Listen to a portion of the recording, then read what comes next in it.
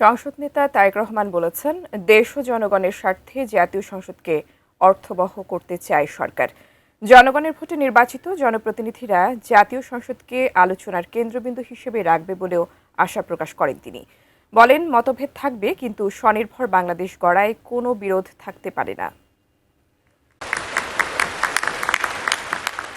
দীর্ঘ ১.৫ দশক গণতন্ত্র প্রতিষ্ঠার রাজপথের আন্দোলনের অন্যতম দল বিএনপি আজ জনগণের রায়ে জাতীয় সংসদের সংখ্যাগরিষ্ঠ দল।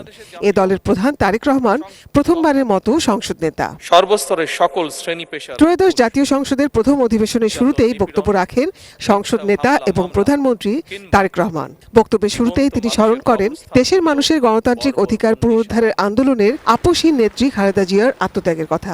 একই সঙ্গে স্মরণ করেন বহুদলীয় গণতন্ত্রের প্রবক্তা শহীদ প্রেসিডেন্ট জিয়াউর রহমানের দেশ গড়ার প্রত্যয়ের কথাও।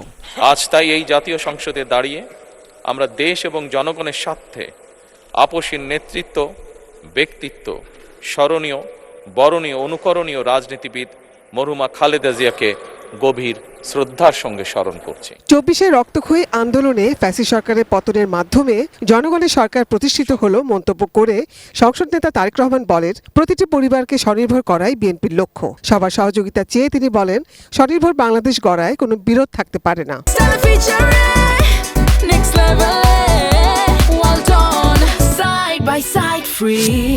আমি বিশ্বাস করি আমাদের দল কিংবা মত কিংবা কর্মসূচি ভিন্ন হতে পারে, কিন্তু তাবেদার মুক্ত, ফ্যাসিবাদ মুক্ত একটি স্বাধীন, সার্বভৌম, নিরাপদ, স্বনির্ভর বাংলাদেশ প্রতিষ্ঠায় আমাদের মধ্যে কোনো বিরোধ থাকতে পারে না।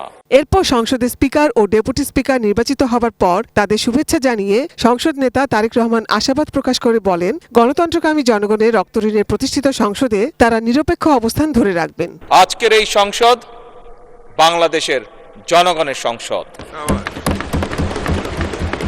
আপনারা আজ এই মহান সংসদের অভিভাবকের দায়িত্ব গ্রহণ করেছেন। দেশের স্বাধীনতা প্রিয় গণতান্ত্রিকামী মানুষ এই সংসদের দিকে প্রত্যাশা নিয়ে তাকিয়ে রয়েছে। অতীত থেকে শিক্ষা নিয়ে এই সংসদকে জনগণের অর্থবহ সংসদ হিসেবে গড়ে তোলার আহ্বান জানান সংসদ নেতা।